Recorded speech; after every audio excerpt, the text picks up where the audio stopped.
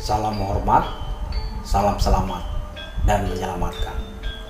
Salam berbangsa dan bernegara Indonesia. Semangat Indonesiaku. Selamat bertemu di channel Juru Martani. Ini hanya sebuah lisan pengganti tulisan dari sepenggal warisan budaya leluhur Nusantara, bangsa Indonesia. Disajikan tanpa bermaksud melecehkan atau menyinggung dan atau merendahkan semua pihak. Ini hanya wacana tafsiran saya saja, bukan untuk mendapatkan pembenaran. Silakan ambil yang baik dan manfaat untuk kehidupan Anda. Selamat mengikuti. Kita mulai. Warisan leluhur itu bukan hanya budaya dalam berperilaku adat istiadat saja, tetapi ada situs purbakala, artefak, dan benda-benda peninggalannya yang juga membuktikan perjalanan peradaban bangsa Nusantara ini. Ada juga naskah-naskah kuno atau manuskrip yang ditulis memakai aksara atau huruf Jawa kuno, Palawa, Kawi, Sanskerta, Bali, Lontara, dan lain-lain. Media tulisannya ada dari batu, tembikar, kulit kayu, kulit binatang, bambu, daun nipah, daun lontar, dan masih banyak lagi. Dari berusia ribuan tahun sampai ratusan tahun. Naskah itu sendiri umumnya berisi tentang keadaan alam dan perilaku sosial manusia pada masa saat naskah itu sendiri ditulis.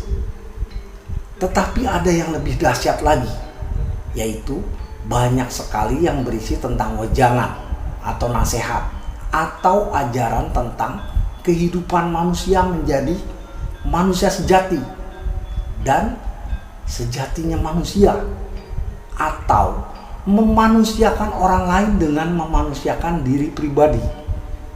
Ajaran dan tata cara tentang kemuliaan atau kemuliaan diri sebagai makhluk ciptaan Tuhan yang paling mulia.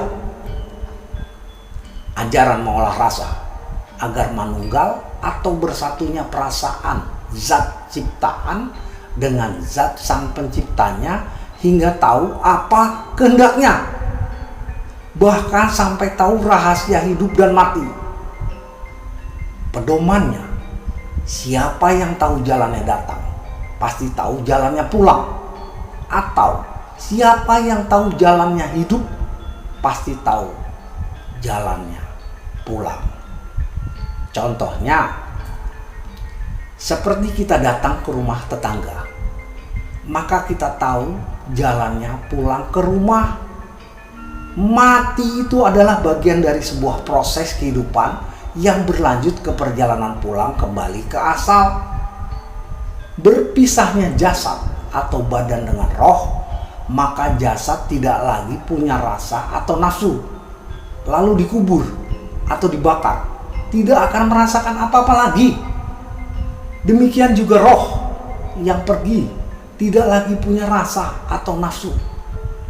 Ajaran spiritual yang menghasilkan budi pekerti dan perilaku mulia atau agung terhadap diri serta seluruh alam.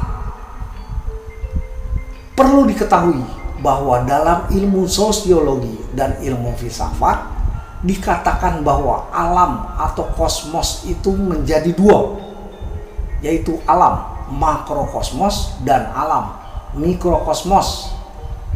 Makrokosmos itu adalah susunan benda-benda luar angkasa di galaksi tata surya seluruh alam semesta dengan segala zat dan energinya sampai alam maha supernatural ketuhanan sebagai pusatnya. Mikrokosmos itu adalah alam nyata atau fana kecil yang ada di sekitar manusia, sampai yang terkecil sampai ke inti atom dan sampai kepada alam supranatural atau metafisik. Nah, manusia berada di antaranya atau di tengahnya. Manusia mencari dan merangkum dua alam itu. Lebih jelasnya, manusia itu menggabungkan zat dan energi di alam maha supranatural di luar angkasa dengan zat dan energi supranatural di sekitar manusia yang bertujuan untuk menyimbangkan, menyelaraskan, dan mengendalikan alam fana atau dunia tempat manusia berada. Orang-orang dunia barat tahu teori ini entah dari mana, tapi prakteknya mereka tidak tahu. Inilah intisari atau roh ajaran leluhur bangsa Nusantara. Saat bangsa asing mulai datang, pada awalnya memang membeli hasil bumi dari bangsawan, pedagang, atau para raja atau sultan. Murni trading atau dagang, bahkan ada yang dengan kontrak yang mengikat. Lalu mulai memaksakan kehendak dan akhirnya invasi atau menjajah. Seperti diketahui dalam sejarah bahwa bangsa asing yang menjajah di berbagai belahan Nusantara itu dari banyak bangsa. Nih, saya urutkan berdasarkan tahun mulai menjajahnya. Bangsa Portugis dari tahun 1508 sampai 1595. Spanyol dari tahun 1521 sampai 1692. Prancis dari tahun 1806 sampai 1811. Inggris dari tahun 1811 sampai 1816. Dan yang paling lama adalah bangsa Belanda, yaitu dari tahun 1602 sampai 1942. Lalu datang bangsa Jepang dari tahun 1942 sampai 1945. Apa bangsa asing itu hanya merampok hasil bumi dan kekayaan alam saja? Tidak. Mereka juga merampok marwah, martabat, dan harga diri bangsa. Seperti merampok benda-benda purbakala, benda-benda bersejarah, dan naskah-naskah kuno, serta membawanya ke negara mereka masing-masing. Betapa menyedihkannya. Sekedar informasi saja bahwa benda-benda peninggalan kerajaan Majapahit dari mahkota, patung, dan perhiasan-perhiasan ada di Museum Metropolitan di Amerika. Bahkan ada pataka atau tiang bendera terbuat dari tembaga. Namanya pusaka Dwija Naga Nareswara. Pataka inilah yang digunakan untuk pertama kalinya mengibarkan bendera Majapahit yang bernama Gulo Klopo atau gula kelapa.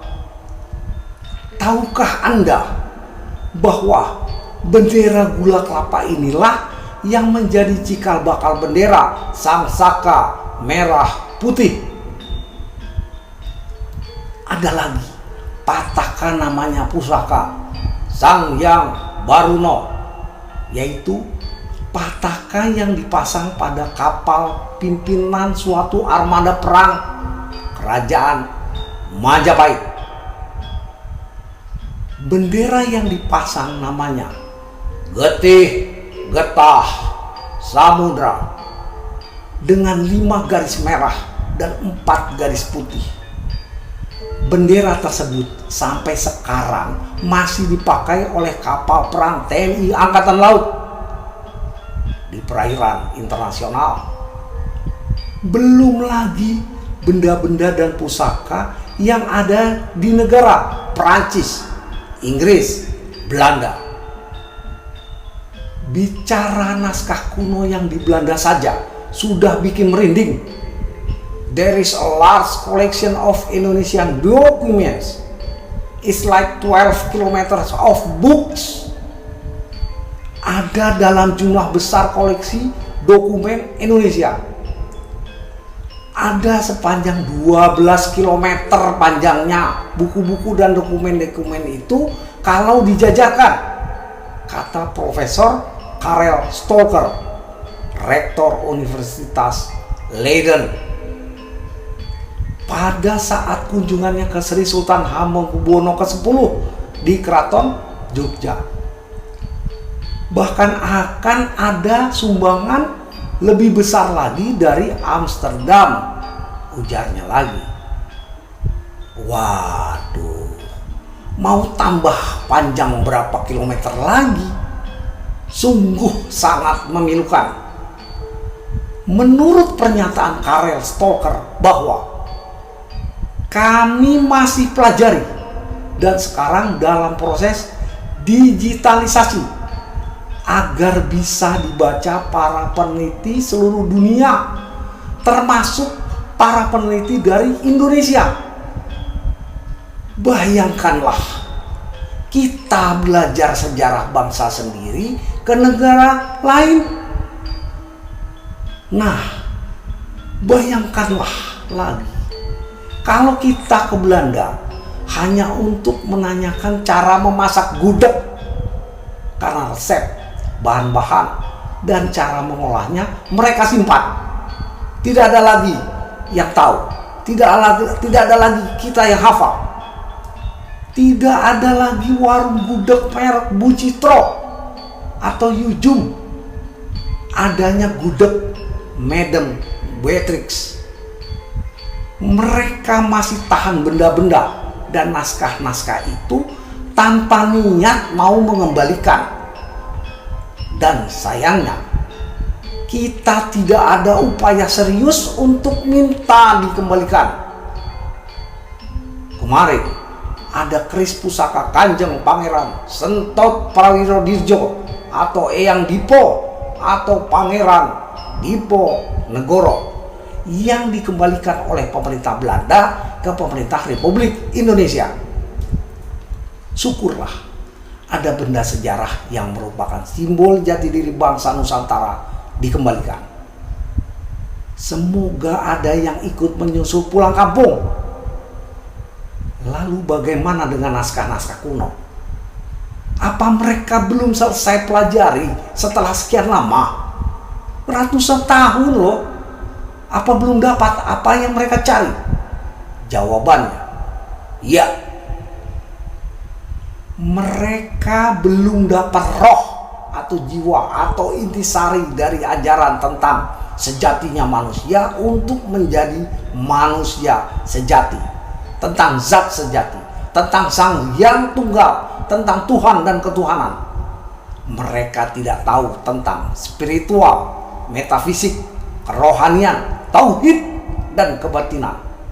Mereka tidak tahu bagaimana mengendalikan dan menyeimbangkan alam. Mereka tidak tahu menggabungkan, merangkum, meringkas makrokosmos dan mikrokosmos. Mereka tidak tahu bahwa ajaran tersebut rohnya atau intisarinya ada dalam perpustakaan jiwa anak-anak bangsa Nusantara yang disampaikan atau diajarkan dari telinga ke telinga, walau tanpa naskah atau kitab. Tinggal putra wayah, anak-anak bumi, putra bangsa, generasi muda. Apa masih mampu memegang amanat leluhur untuk melestarikan warisannya? Buku atau naskah sebagai wadah lahiriahnya ajaran sudah moksa. Jangan sampai batiniahnya juga sirna dari jiwa ini. Demikian pertemuan kali ini. Terima kasih. Salam hormat, salam selamat, dan menyelamatkan. Semangat Indonesiaku.